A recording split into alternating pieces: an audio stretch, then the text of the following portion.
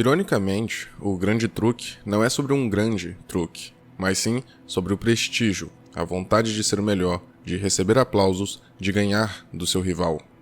A ilusão da mágica é fascinante, mas serve apenas para desviar nossa atenção do que realmente é importante no filme: a personalidade dos protagonistas e a relação entre eles. Uma disputa que torna os dois sujeitos obcecados um pelo outro, que sem querer começou com a ambição desvairada de Alfred Borden, ocasionando a morte da mulher de Robert Enger e provocando seu rancor não só pela perda, mas pela falta de respostas.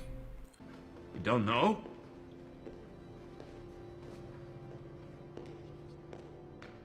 You don't know? A insistência em descobrir o segredo um do outro, de se superarem e de obterem mais aplausos e fama às custas do rival, mesmo que precise sabotar suas apresentações, tornam esses personagens dependentes da existência um do outro para dar sentido às suas ações. Bem como a moeda de duas caras que Borden dá de presente a um garoto da plateia, Alfred e Robert são os gêmeos e clones um do outro, e não por acaso têm suas duplicatas mortas para poderem realizar o terceiro ato de seu grande truque final. Porém, os sacrifícios que ambos se dispõem a realizar em busca da vitória só os direciona para a solidão, seja dos próprios mágicos ou das pessoas próximas. Quando pela primeira vez vemos Enger lendo o diário de Borden, instintivamente imaginamos que as palavras deste último descrevem a competição entre eles, visto que Borden diz algo sobre serem dois jovens no início de uma grande carreira, dedicados a uma ilusão que nunca pretenderam machucar ninguém.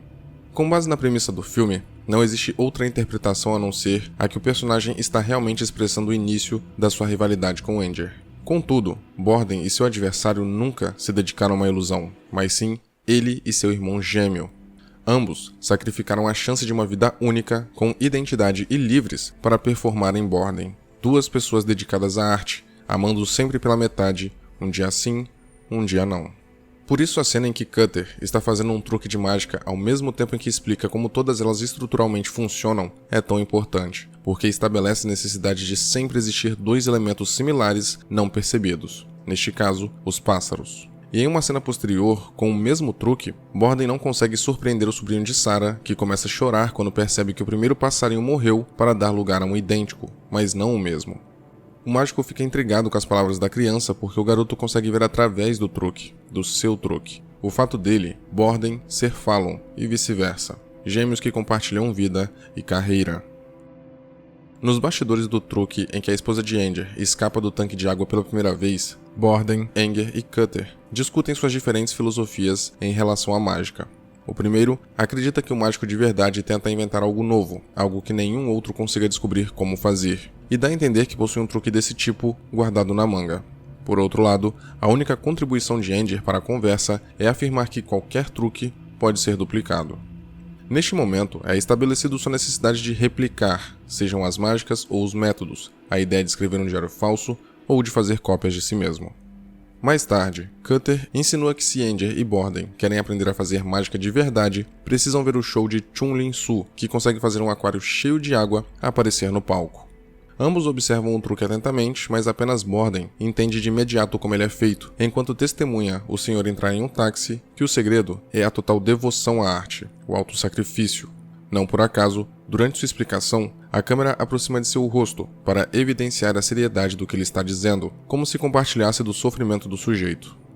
De certa forma, esse momento não deixa de ser uma confissão ou desabafo de Borden ao reconhecer um colega de profissão disposto a moldar toda sua vida em torno da execução da magia.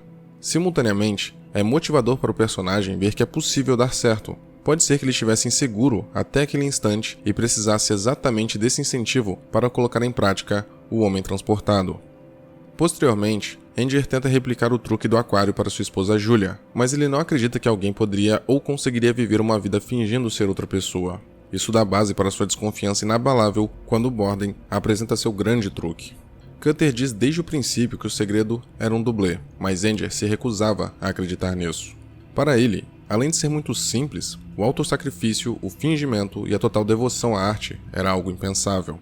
Quando finalmente Borden começa a apresentar o homem transportado em seus shows, Enger se torna obcecado pelo truque. A ideia de que é um dublê não é suficiente para ele e, consequentemente para nós, o público, também não.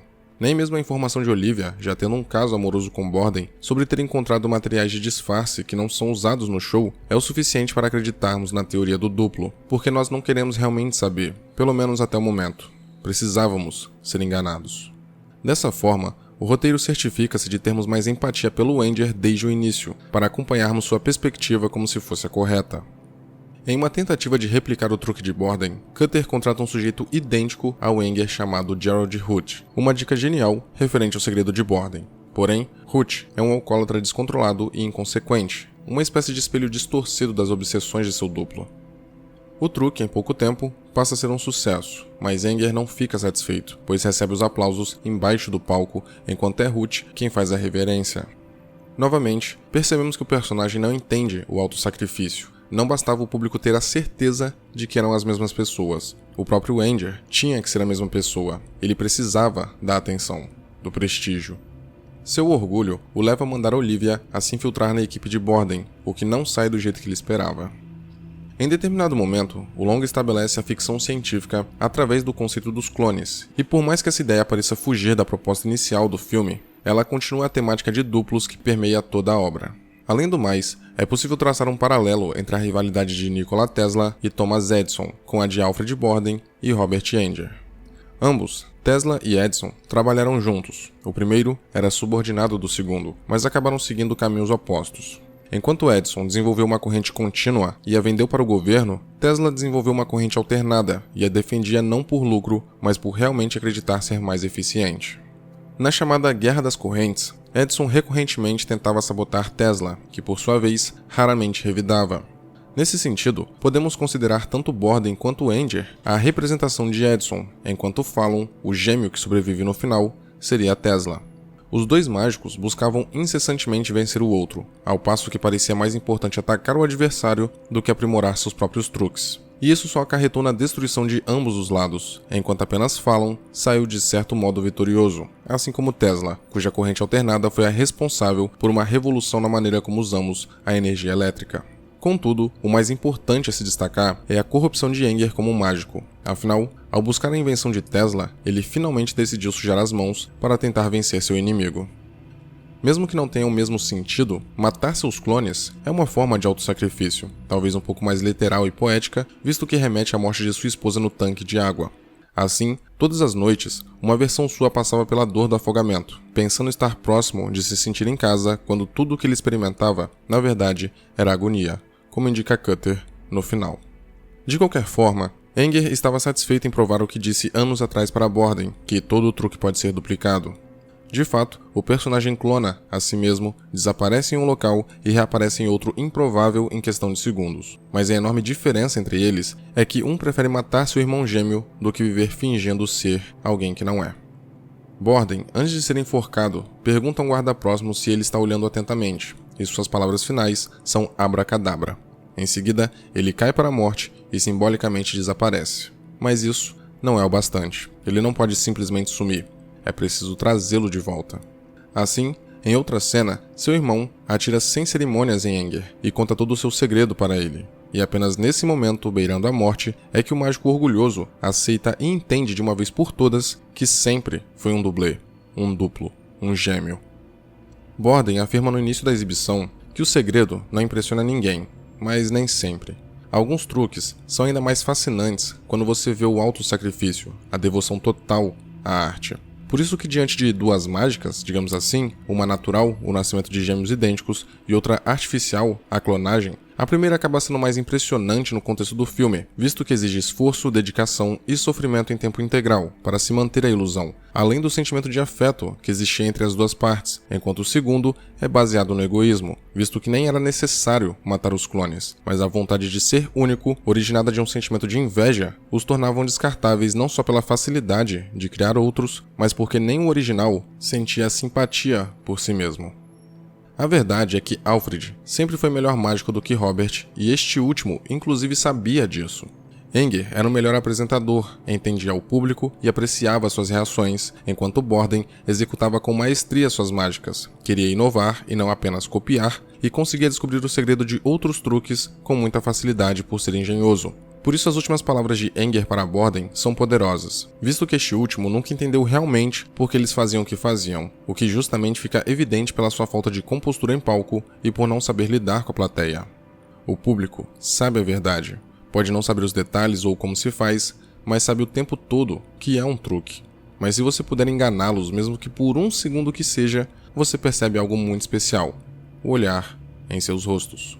Nesse momento, podemos perceber que não é só por também ser dividido em 3 atos que um truque de mágica se assemelha ao cinema. Tanto o primeiro quanto o segundo dependem do quanto a plateia quer ser enganada para dar certo. Claro que muitos assistem a um filme como este, ou seja, que guarda surpresas, com a intenção de desvendá-las antes do ato final, talvez para se sentirem mais espertos e superiores por terem captado dicas propositalmente espalhadas pela exibição, que a maioria não percebe justamente por apreciar a jornada, e não o final. Um truque de mágica, bem como um filme surpreendente, exige que você busque pelo segredo, no sentido de estar interessado pela obra. Você precisa estar completamente atento ao que está acontecendo na sua frente e disposto a ver algo incrível. Por isso que, no fundo, você não deve tentar desvendar o mistério, e sim deixar ser enganado. Porque caso assista ao filme ou qualquer show de mágica apenas em busca de pistas para entender o grande truque, você perde a chance de testemunhar um grande espetáculo, onde os participantes são capazes de fazer de tudo pelo prestígio. Now you're looking for the secret. But you won't find it because, of course, you're not really looking. You don't really want to work it out. You want to be fooled. Oi, eu sou a Luísa do Mulher no Cinema. E eu sou a Joyce do Cinemascope. E a gente queria convidar vocês para a segunda edição do curso Mulheres no Cinema, que começa em 10 de setembro aqui em São Paulo. E esse curso acontece às terças e quintas-feiras, das 19 às 22, num lugar incrível chamado Escrevedeira, que fica localizado no bairro da Vila Madalena. Essa segunda edição do curso é um pouquinho maior do que a primeira. A gente decidiu fazer 16 encontros dessa vez para poder falar sobre mais diretoras e com um pouquinho mais de calma. Mais tempo para debate, vai ter uma sessão especial. Exatamente. Que a gente vai debater uma obra. Que foi realmente uma edição muito legal a primeira, assim. A gente adorou poder ter essa troca ao vivo com os alunos. A gente, na verdade, convida todo mundo, né? Qualquer público que precisa trabalhar no cinema, pode trabalhar no cinema também, porque realmente para quem se interessa por cinema e quer saber sobre como as mulheres sempre fizeram parte da história, né? Isso, a gente espera poder encontrar vocês em setembro. Até lá!